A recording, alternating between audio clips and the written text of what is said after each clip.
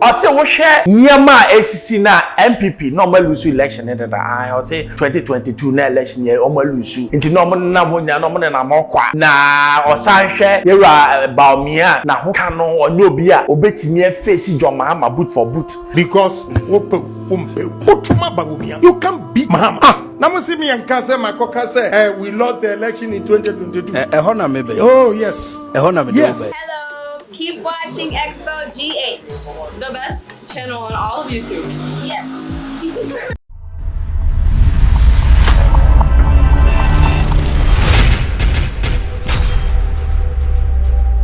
Hello, hi, Xposed GH. Maybe I'll be a midday official pa and as we are approaching the Christmas election. Abegu.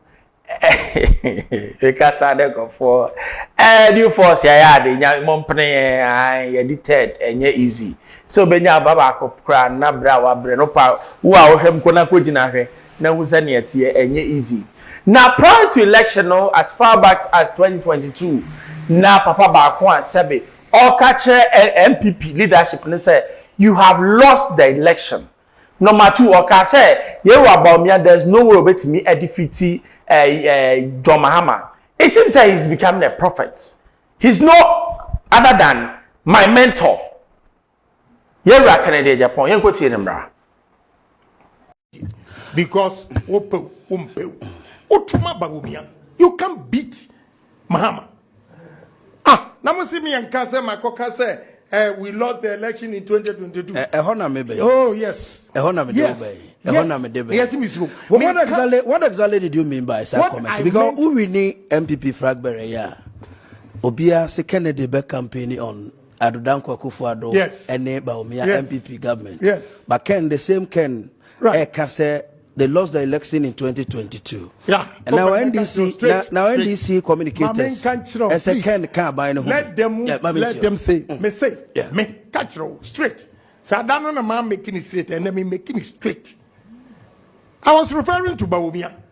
Because Baumia na catch say if your fundamentals are weak, your exchange rate will expose you. I mean me makasa. Okay. Me winia. I can easily defend it because me policies am dey ba. And before I call MPP delegates, no ye nyina ye nimnia e call ye benchi we kana we aka ebi mo kra ka say e be destroy the party no. E wie no it didn't destroy it as far as I'm concerned. They came together.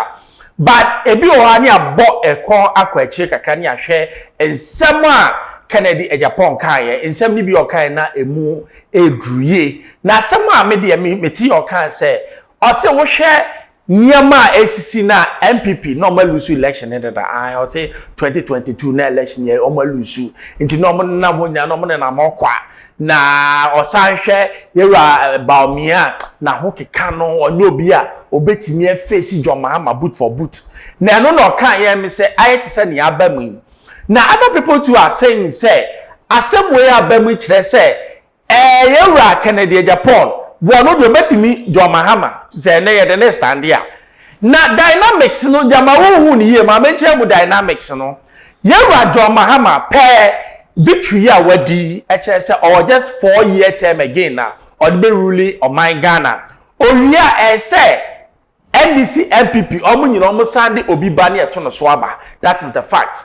Na no na nkofo party say wo hwe NDC mu a say wo ye wa John Mahama fi ho a na yesa ni aka ne ntontro wa kakra eno na enyem na make nkofo na eka enti ayesa ntontro we afa na yeba besamu di ebede na opa MPP a omoko primaries no ye wo baomia ene Kennedy Agyapong and even Alanchemanten. These people were my catch the visible faces of MPP ne Alanchemanten so ate no ho eno na bi mo ka se ni akwai de won hwe ye na baomia wa mabiem because matete class wanya appointment bi a enu nti na yesi wo kan ntam me come na eja wakono enti uhwema yesi uhwe ekwan na bia ma yewra Kennedy Agyapong wa hwe ye a 2028 de obefa ne fala because yesi uhwe sania wa ye adwuma no before lusu abano I'm say prime is not quite no lusu ye no o make sure so de nkofo sisi yi na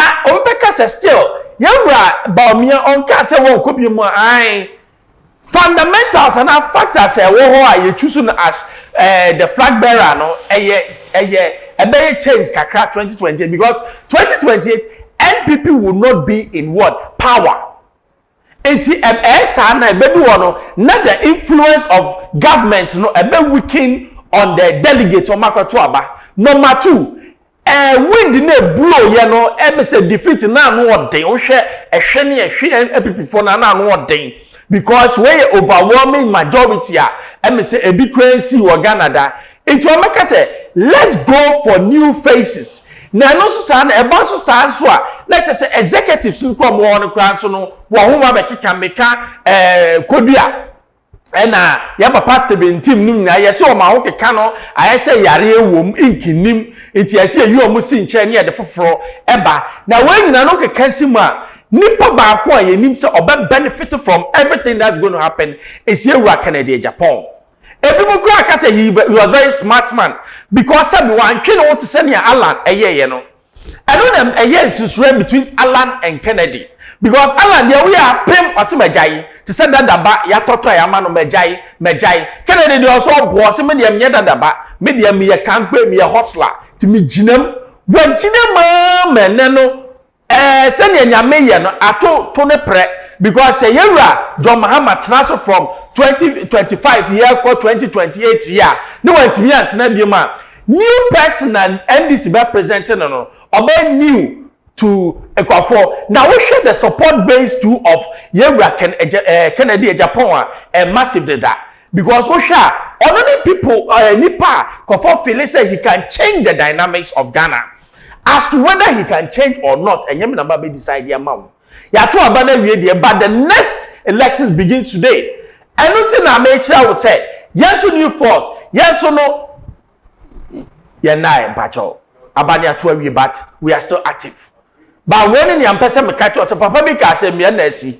You are Canada asem na be bro. I expose you Chapacho FM Bruce. Also subscribe mame. And the two pa now saka be Manuel. Bye bye.